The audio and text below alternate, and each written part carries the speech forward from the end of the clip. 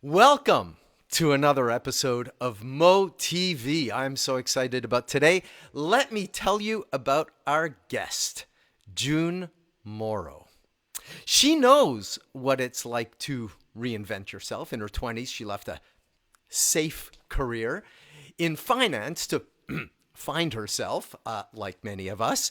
But since she's been a journalist, a stand-up comic, a dating expert, an author, fitness instructor, public servant, DJ, and communications consultant, she has spoken at TEDx. She's toured two semi-autobiographical one-woman shows across Canada, had her award-winning motivational speech called Finding Your Truth in Life, viewed over 170,000 times on social media. Today, June helps emerging service-based entrepreneurs tell their stories with web copy, content strategies, communications consulting, and yes, stories.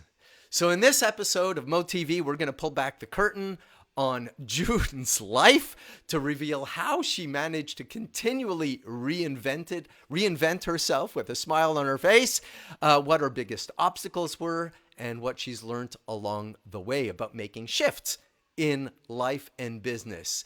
If you have ever done a shift in your business, you're thinking of doing a shift in your business, well, stick around. This is going to be good. All right. See you on the inside.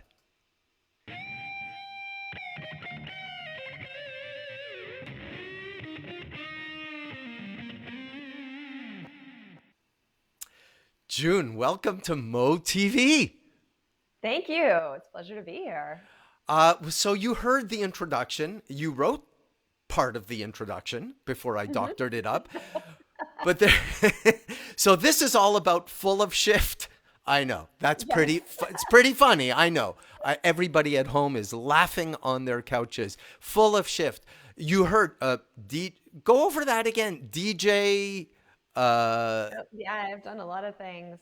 Yeah, I've been a DJ. I've been a web designer. I've been a journalist. I was a stripper for 6 years. I have taught fitness. I've done training. I've done corporate communications. I've been a public servant. I've been an entrepreneur, life coach, dating coach, author, playwright. Oh, you Oh. name it. Well, So nothing no mechanics. No, I've never been a mechanic. So yeah. So right. Cars and cars, motorcycles are, yeah. you like to drive and ride them, but that's it. Well, first of all, I'd like to make a big shout out, give a big shout out to the people who are watching this on social media, on presumably Facebook. And it's also available at the momondays.com website. If you click on Mo Shows, you'll see a stream of it there, if technology is working according to plan. And so one of the things that I would like to do is ask people. We already got one heart, so I know something's working. I know something's working, but please let us know if our sound balance is okay. Please let us know if we're in frame and all of that stuff. But most importantly, somebody already said hi, June, so we know it's working. But most of all, please let us know if you have a burning question. Is there something that you would like to ask June? Do you feel like your own life is full of shift? Or would you like your... More shift in your life. or would you like a little more shift in your life and you're not enough full of shift? So please let us know. I'm going to... sound is good. Yay! Sound is good. All right. So, all right, June. When did you first have an awareness that shift was something that you could even talk about, you were aware of in your own life? Yeah, so I lived a pretty traditional life up until my mid-20s, and I was feeling kind of that discontent that you sometimes feel right before shift happens, which is like, why am I here? What's my purpose? I was coming up to 25. Wait a and I minute. thought, Wait a minute, June. I feel that every single day. Yeah, well, this is the thing. It comes back, right? It never ends. Yeah. But I thought, I had that young adult thing that you think you have to have your life figured out by the time you're 30, or else that's it, right? So I was coming up to 25, and that felt like a milestone, and I didn't really know what I wanted to do. So I saw a career counselor, and this career counselor said, "Have you ever realized that you might be a creative person?" And I was like, "Well, yeah, I like to write. I don't know." And he recommended that I do The Artist's Way, which is an amazing book for anybody who's feeling stuck in life, like feeling like you're not expressing who you truly are. So I did The Artist's Way. I did this whole like 12-week program. And in The Artist's Way, you start doing something called morning pages, which is a diary where you really get honest with your feelings and your emotions. And doing that, I realized like, wow, where I am is not where I want to be. Like it was a hardcore like this is not the life I want to be living. And that was the first time I kind of realized if I wanted to be happy in life, I'd have to make a shift. And the shift was from what to what? Were you even aware it of was what of it what? was from a lot of things. It was from married to divorced, which sometimes happens. You make these shifts. But it was from at the time I was working in a collection agency, and it was from working in this kind of like corporate office environment to I decided to become a motivational speaker and start my own business. Oh yeah, Um, why not? Everybody should be a motivational speaker, right? Everybody. exactly. And all you have to do is quit your job and it happens. No, Right. but that's a whole other story, right? That's a whole learning. But yeah, so it was like, I'm going to leave my job. I'm going to do something that motivates me, that involves speaking or communicating in some way. Yeah. And that just led to like a path of like, then I met somebody and decided I'm going to go traveling and figure out who I am. And then moved to Toronto, moved to a different city, which felt like a different country from where I was in Ottawa. So yeah. So a lot of things came out of that shift. So that shift was kind of like your first shift that you made in which you were aware of a shift going on, right? Because I believe we're making Mm-hmm. shifts all the time. We're just not necessarily aware of them, but a deliberate, conscious shift. Mm-hmm. Yeah. How did Yeah. that, Like how I'm did, going to change things. Yeah. yeah. And so how did that feel going through the transition? Was it scary? Was it frightening? Was it exciting? Was it all of the above? Oh, all of the above. Yeah. Yeah, like terrifying, terrifying, terrifying. Obviously, like leaving a marriage is no small thing, right? That was very, very terrifying. Leaving the job I had all that young, naivety that I had when I was in my 20s, like I'm gonna do this. um, but it was still kind of scary, and didn't exactly go as I wanted. It wasn't, I didn't immediately become the next Tony Robbins. Things didn't really work out right away. But it led me down a path, which led me down another path, which led me down another path. So yeah, it was very scary at the time. But I also knew that you get one life, as far as we know. Maybe you get more, but in this, wherever we are right now, this is our life. And if you're not enjoying it, then what are you doing here? So I think that was a real motivating thing. And also just this like being drawn by the dream. Were you this idea that you have one life? That's a big idea. Were Mm-hmm. you were you consciously aware of that in that very very first major conscious deliberate shift that you were making?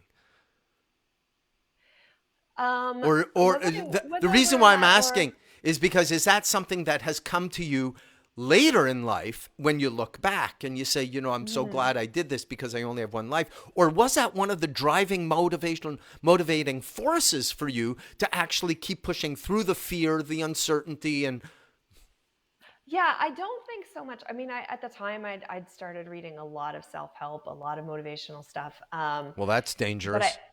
Yeah, it is. That's a recipe for change. But I think the one thing that was driving me, not so much because I was young, I felt like I had so much time, right? I think when you get to be like 50, 60, or even your 40s, you start realizing time is running out. But I felt like I had ample time. But what was motivating me more than anything was the desire to self-express. And I think for all of us, sometimes this is it. There's something in us that we need to say, that we need to share with the world. And sometimes it's like a little seed, right? And it's a little seed, and it's a little seed, it's a little seed. And then just someone sprinkles a little water on it and says like, hey, did you know you're a creative? And all of a sudden it's like shoots up. And now it's like a little, a little sprout. And I think that's what had happened, is like I'd been like this seed, and then this career counselor said, hey, you're creative, you need to do something creative. And it was like, oh my gosh, now someone had validated this little seed, and it was able to start growing. So I think for me at that time, that was really what the propeller was. And I didn't feel like I could express who I was in the environment that I was in at the time. Yeah. So you over the course of your life and professional career since then, you've met a lot of people who have gone through shifts of their own. In fact, you've helped them. I know that now you help entrepreneurs kind of tell their story, brand them, position them, do all the stuff that I also do, which almost always requires a shift in their life, and they're struggling through it. Sometimes they just need somebody else to look in because they can't see themselves. But I'm wondering, what are some of the shifts that you've seen people either make or just want to make or get stuck in? It's that little seed that you were just talking about. What are some of the shifts? Because there are people who are listening and watching this right now, and maybe they already see themselves in this, and maybe they don't. But I think if you list a lot of the things that you've seen, so Yeah, so I think for some people, it's, I've helped people for sure step into their identity, especially if you're coming from a corporate job and you're going into entrepreneurship. And that is a huge shift, right? It's a shift in mentality and how you see the world and how you see yourself. You're going to come up against all your demons. And one of the scariest things for anybody to do when they become, not for anyone, but for a lot of us to do when we become entrepreneurs, is to say, I am this thing now. Right? To describe yourself as like, I am a writer, I am a speaker, I am a coach, I am whatever it is that you're, and there's there's that fear of like, well, what are the people around me are going to be like? No, you're actually an office administrator, or no, you're actually an accountant, or no, you're actually this or that. So I think that's something that can be really, really scary for people. And I've definitely held a number of people's hands as they've done that and kind of come out and been like, oh, this is who I am. But I've also worked with people who are, I'm just thinking about, I used to have a success team, which is like an accountability group that I ran when I was working in the government. And there were 5 ladies. We called ourselves the Successful Ladies Club. And we would meet once every 2 weeks and share our goals and really support each other on our goals. And like some of the women was like, one woman was like an admin assistant, and her goal was to work in HR. Right? To get a job in HR, just because it was a better level, it was better pay, it was more secure, it'd be more interesting to her. She'd have more independence, more autonomy. And so she did that. Another person, oh, this is so cool. Another person I worked with, she was a speechwriter for a very prominent politician. And now she writes erotica. I'm not saying who she is, but she does it for a living. It's only a minor shift. I mean, right? It's only a minor shift. She's still writing. She's still telling lies. And she's still tapping into people's fantasies. It's all the same. Yes, exactly.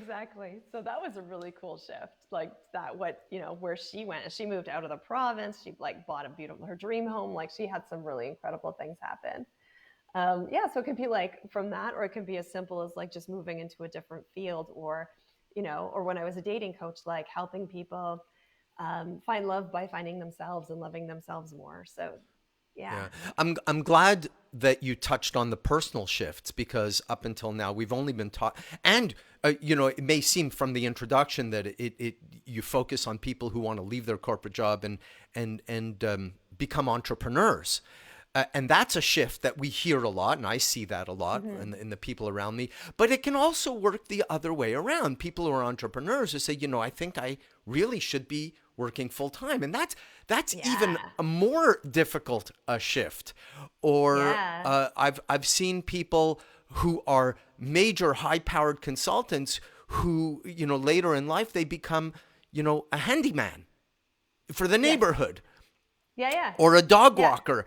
Or a dog So walker, or yeah, yeah, or something like that. So just simplify. so there are all kinds of shit. So and okay, full disclosure that June and I are actually running a workshop. I thought I was going to forget to mention this, but I didn't, because now's a good time. We're running a workshop next Monday, um, about how to make it easier for people to make shifts in their lives. And it could be Hmm. any shift at all, right? And you were already Yeah. going towards one of the strategies, which you and I had talked about, which was really declare and visualize. I am a whatever it is, because Yeah. there are all these forces holding us back. But not to make it sound like all you need to do is say it and it will manifest itself. Neither one of us are like that. No, that doesn't work. Yeah. Yeah. There's more. There's There's, more. Thank you for saying that. I've got affirmation statements all over my house. How come it's not happening? Because I have to tell you, when I decided to be a motivational speaker in my mid-20s, that's all I did: visualize and affirm, visualize and affirm, and then nobody showed up, and I was like, wow. But Yeah. I visualized and affirmed, and it's like, no, you actually need to, build community and do other things, and yeah, There are a few other pieces of the puzzle. And you yeah. also touched on other shifts, personal shifts, like going from married to not married, or Hmm. you could go the other way around, from not married to married, from Yeah. having a lifestyle that where you date many different people at the same time, to maybe possibly imagining monogamy. Right. There Yeah. are all kinds of shifts that people go through. Things like going back to school, but I don't see myself as a student. Let me play this clip. I've got a 1 minute clip of June kind of sharing a story on stage. It's not a real story. It's just her introduction, how she opened up. Let's have a listen to this, and then we'll come back to June. When I was a kid, I changed my answer more times than I changed my socks. I swear to God. One day I wanted to be a spy. The next, a CEO. Then a fashion designer. No, I think an anchor woman. Oh, I know, a ghostbuster. And for a very brief period in my teens, a professional groupie to Motley Crue. I see I'm not alone. This pattern continued as an adult. To date, I have had over 50 different jobs. Yeah, I know, which is just slightly less than the number of boyfriends I've had, so. I just got a note to say the sound was low for the clip, but basically you heard that June was saying to date, and this was a few years ago. I remember that talk you gave at Mo Mondays. It Hmm. was one of our anniversaries. 50 different jobs, and so that's to date. I'm sure you probably have 50. You're up to 54 or 60 or 182. I don't know. 51. Not to mention the personal shifts. Yes. Yeah, so that gives you a sense of the different kinds of things that you have done and that are possible. I think more than anything, I wonder if people see a shift in terms of, they define it in terms of a failure. And that may be what, well, maybe I'm asking the wrong question. I'm presupposing. What are some of the things that stop people from making the shifts they want to make, or think Well, they should? yeah, I think a big one is fear of failure. Uh-huh. Yeah, definitely. There's the fear of like, well, what if it doesn't work? Loss aversion is a huge motivator for people, right? The idea of losing what you already have, even if it's not great. Well, it's good enough. I don't want to lose that, and risk it, and and in the hopes of getting something greater. So there's that. There's fear of poverty is a real one. People think they're going to wind up out on the streets, especially if they're making a financial change or a change that impacts their finances. Fear of rejection is a massive human thing to go through, right? We all fear of being afraid of being outcast by the tribe or not accepted by the new tribe. Yeah, so there's a lot of them. Fear of not being good enough, fear of looking stupid. Like it just never ends. Like, And it's of just course, fear. yeah, and of course, there's that big overarching fear that most people have heard about.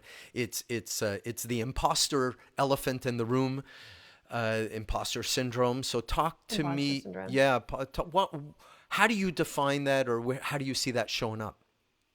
So imposter syndrome is, I'm going to tell you a story actually, Michelle, that you don't know. So imposter syndrome is what shows up whenever you start to do something that is out of your comfort zone that you haven't quite defined yourself as yet.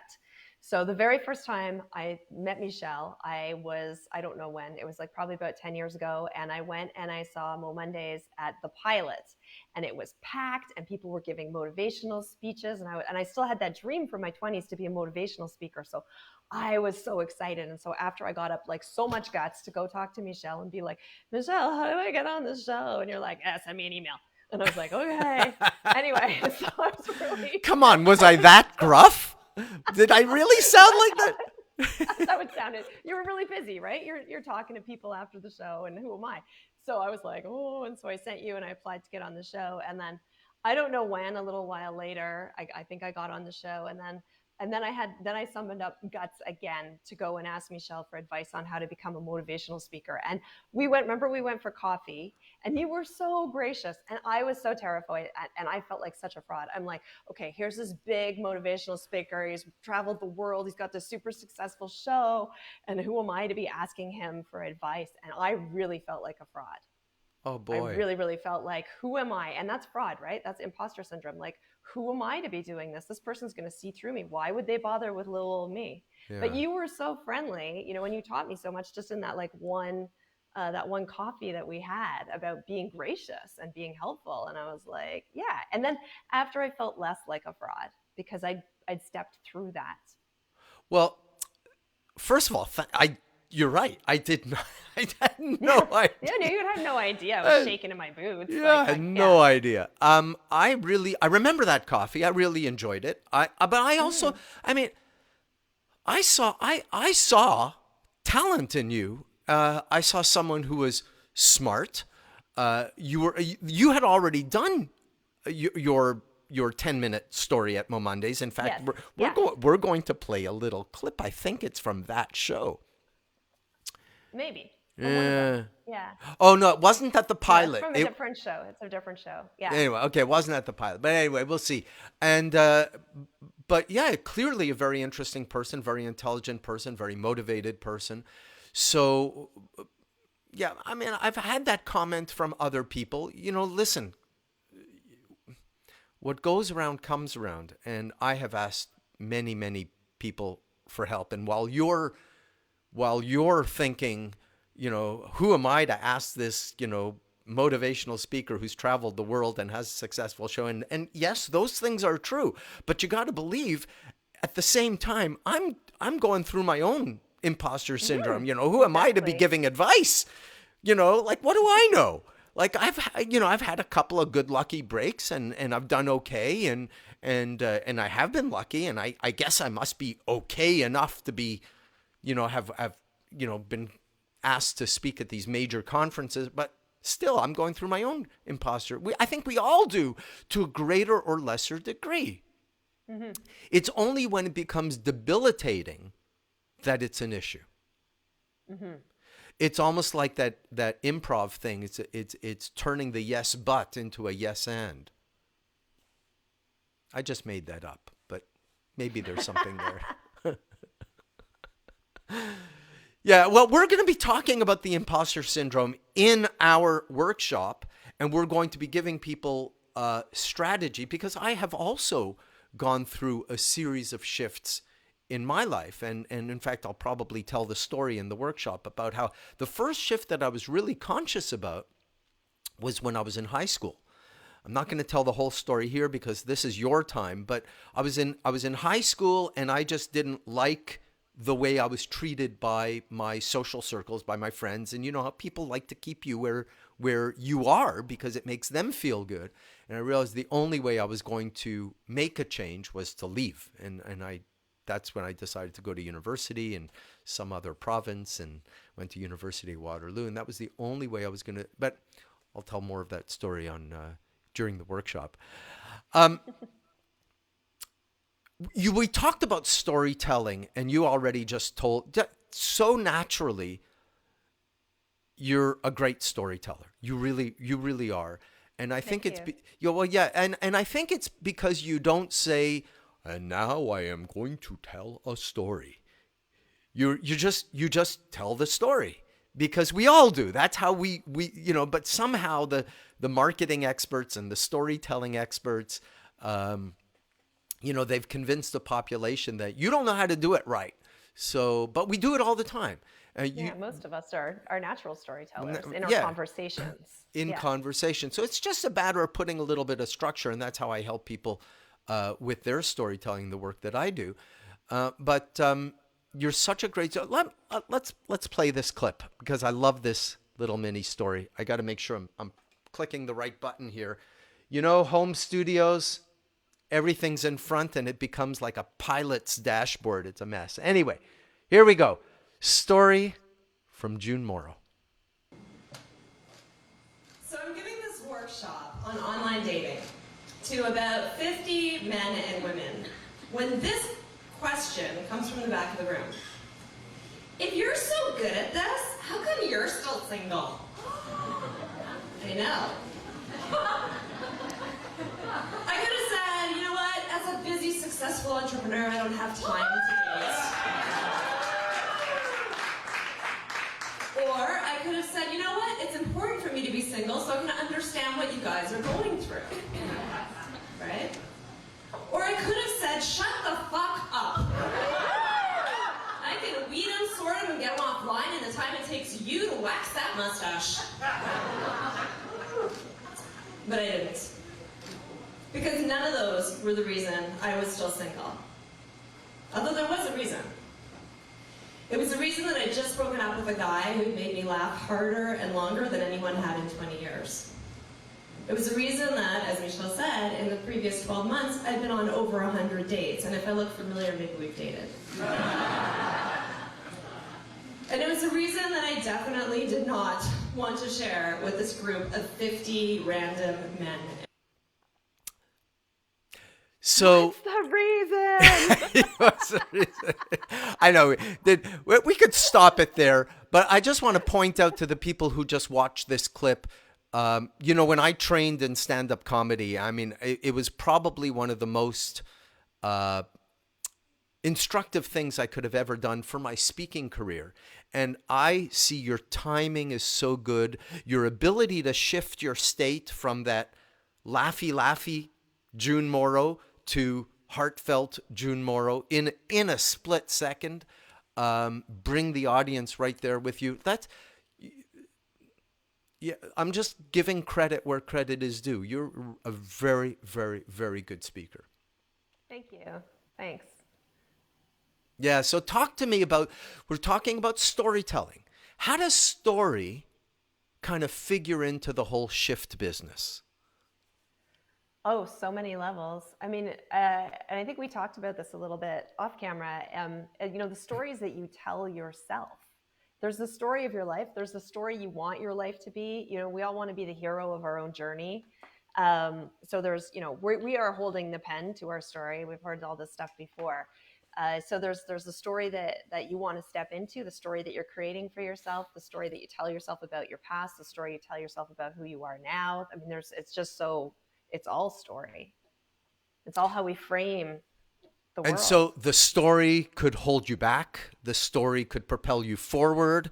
Do you ever work with people and kind of like, you may not be saying, now we're going to be looking at your story, but do you ever kind of like listen to them and hear the story behind what they're saying?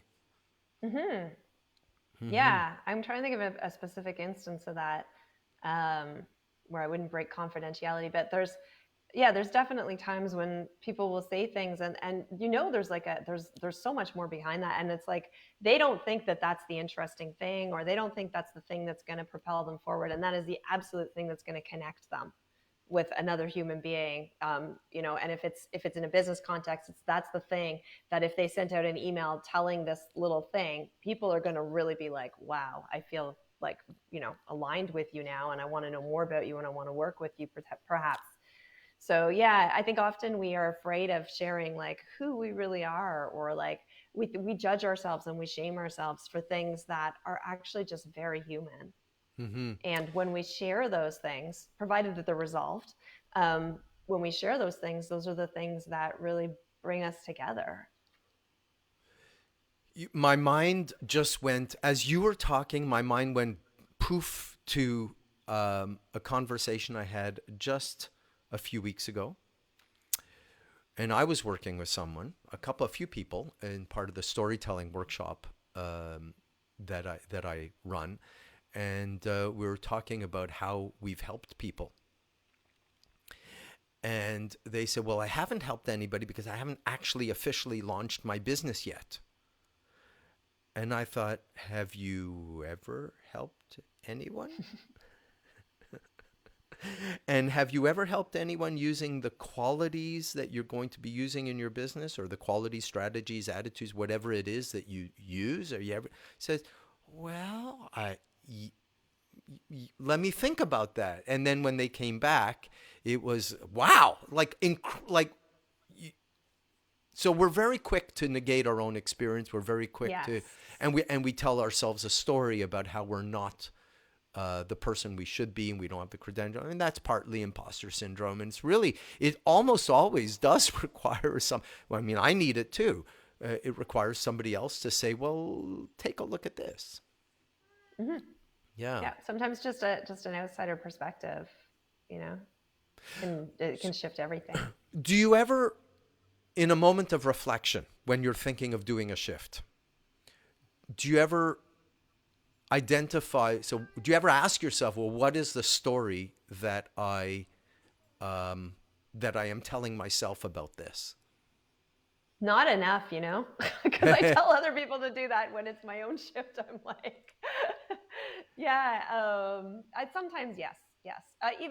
Even now, whenever something's new and I get those insecurities, I do find myself now doing that. Like something recently was, I was worried about somebody judging me, and I had to stop and go like, you don't know what that person is thinking of you.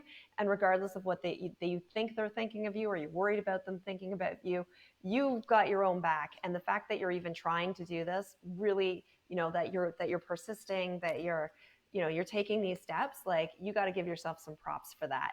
So I do kind of, I have learned how to change my story when the old story of like, you suck, no one's going to love you, right? All of this stuff, blah, blah, blah. I've learned how to quiet that voice and really take a more like loving voice towards that insecurity and be like, no, you know what? You're doing good things. You're taking steps. So yeah. So what would you say to somebody who kind of like pulls you aside and say, June, or maybe they call you and they go to your website, junemorrow.com. There, did you see what I did there? Mm-hmm. Yeah. They go to your website, junemorrow.com, and they say, and they find how to contact you, and they say, well, I haven't really told anybody about this, but there's a shift I'd like to make, and I'm wondering if you can help me. What's kind of like the first thing you say to them after you do some discovery? Yeah. So I say, basically the first question I ask is, what's stopping you? Yeah. Because what's stopping you is basically your limiting beliefs, right? What's stopping you? And you may think that they're actual bona fide things stopping you. Like, oh, what's stopping me is I don't have the money. I don't have the resources. I don't have. And then it's kind of a shift. So, okay, what's stopping you from getting those? Right? Mm-hmm. So we really peel back, and what's stopping you from doing that, and what's stopping you from doing that. And it often comes down to one of these core fears that we talked about earlier, that fear that I'm not good enough, that fear that I'm going to be rejected, that fear that I'll look stupid, or that I'll be ousted from the tribe, or all those fears, right? That's when you get down to the core of it. And then it gets to work on, okay, well, how can we change that story? Yeah. It's looking at the yes buts. Yeah, looking at the yes buts, and then we get into how to change that story. Yeah, that's cool. And of course, those are some of the things we're going to be doing in the workshop. Yes. Yes, I got to tell you, Jen, I'm so looking forward to this. periodically I co-facilitate with, a workshop or a presentation or something. And yeah, I'm really looking forward to doing this with you. Yeah, me too. Yeah. And before chatting with you about this, I really didn't think of myself as being full of shift. I, but now that after talking to you about this, I really see that my life has been a continuous pattern of shifting. And people have told me, Michelle, you're so good at reinventing yourself. Mm-hmm. And of course, it's like everything, you don't value the things that you're good at. So my natural response is, oh, it's just what I do. I don't know. I just did it. I just felt like I did it. But clearly there are some things that I've incorporated, internalized, some strategies that have helped me along the way.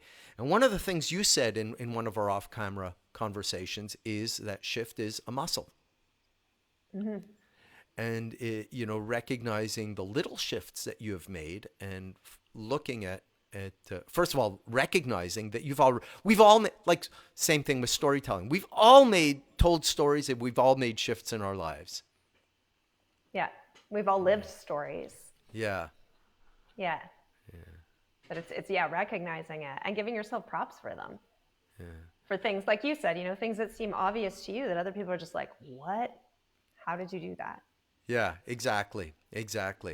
So we're going to be talking about this, I have a feeling, a lot more in backstage in just a few minutes, because members of the Mo Mondays community have, we do an extra up to half hour conversation just with our guest from moTV on a Zoom private call, where we get to ask any questions or we want and all of that stuff. So it sounds silly when we've got your website and I've already plastered on the screen, but I'm going to ask you anyway. If people want to find out more about you, and what would they want to find? Why would they want to call you? What? Yeah. Bing! Why would I even want to call or contact June? So help me with that. Okay, yeah. So what I help people with is I help primarily new entrepreneurs and emerging entrepreneurs. So entrepreneurs who are coaches, consultants, creative professionals, and they're within the first 5 years of their business. And I help them get really clear on a content strategy that connects with their ideal clients' hearts, right? So I'm talking about things like emails, social media posts, blog posts. So more, not so much speaking, although it could be speaking, could be one of your marketing strategies, but more like written and video, those sorts of posts. And so if you're one of those people and you are like overwhelmed, you either have so many ideas, you don't know how to put them in order, or you're putting stuff out there, you're churning out content, nothing's landing, you're not getting clients, people aren't contacting you, or you're just exhausted or confused by the whole process, I can help you sort that out. What you said about overwhelmed, about there are lots of thoughts in your head, you don't know what to think first or do first. You know what? Yeah. I see that a lot. And I think that most people are, do you ever envy those people who, this may not sound very charitable, but do you ever envy those people who are perhaps not quite so bright, but they do one thing really well, and maybe that's the only thing they could do? And you say, oh God, yeah. I wish. The people who just, they just kind of cluelessly, just be like, nah, this is all I'm going to do. Yes. Yeah. Like I wish I were crappy at most things. But Michelle, you're probably crappier at a lot of things than you know. Well, that's very kind of you to say. Thank you. Yeah. Well, this is the thing too, right? I mean, we think like shift is like this crazy, like A to Z, but for many of us, shift is like A to C or C to G, or like it's not, we all kind of operate within, we all have a sphere of genius. We all have a sphere of interest. And it's not like, like I've done a lot of shifts, and people say, oh, is there anything you're not good at? There is a lot I am not good. I can't, don't get me to read a map. Like there's like so many things you don't want me doing. So I guess you're right. You're right. Yeah. And it's really about knowing the areas of competence and knowing the areas of incompetence and where they're and the areas but of hidden competence, and hidden right? well the hidden areas that you don't even know you're competent, but until right. you, and then you're like, whoa, I can get better at this. So, but that's what I'm saying. I think a lot of people are good at many things, and for me, what I find is what's holding people back is they don't want to pigeonhole themselves in one thing. Oh, and you're not pigeonholed. Well, You that's gotta my. get rid But of this I mean, thing. I know that. I know that, and you know Yes. that. But that's We think we're stuck. We think we're like, okay, if I do this, then that's all I am for the rest of my life. and I that's can't all do I'll be anything known else, and for. that's not. Okay. All right, The world June. changes too fast for that stuff. June. Yeah. We're gonna have a lively conversation backstage at so if you go to momondays.com, you find out what the Zoom link is for that, although I think I sent a Zoom invitation to everybody in the community, so so it'll be fun. And even if you're not backstage, we'd still love to see you next week at You Can Do This. You can do this To help you make the shifts. That's I forgot to mention the title of our workshop. Thank you. Yes, it's called You Can Do This. Yeah, because you can, because we know you can. And where can people register for this workshop, or at least find out more information about it? That's a good question. And do I have the link handy? It's e.spark. Well, okay, yeah. Well, you know what? The easiest place. You can do this. Or? No, but yes, there is that long convoluted email or URL, but I'll make it easy. It's in two places. If you go, it's in three places. If you go to momondays.com, click on Mo Shows, you'll find the link to register and more information there. You can go to nire.com, which is my corporate website, and in the training session, or I think storytelling section, there's a blurb over there. And there's this new website that I haven't announced yet, so I'm not announcing it here, but it's called insideoutstorytelling.com. And Nice. And there's a link there where people, and it's all the same link, so that's where people could go. Nice. Or you can message either of us. Absolutely, we could do that. Yes. All right, June, thank you. Thank you. As always, I've even learned a little bit more about myself in this conversation. Nice. So we'll see you in a few minutes. Do what you need to do, and I'll see you backstage. So you've been watching another episode of moTV. I hope you've enjoyed it. I've enjoyed it. We always have wonderful guests. We are going to skip next month of moTV because next month I am going to be creating a story in the wilds of northern Quebec on a wild whitewater river with my canoe, communing with nature, away from cell towers, Facebook, Starbucks, and anything that can connect me to the digital world. And I certainly will not have my laptop with me. So we're going to reconvene with moTV in October, first Monday in October. Hope to see you there.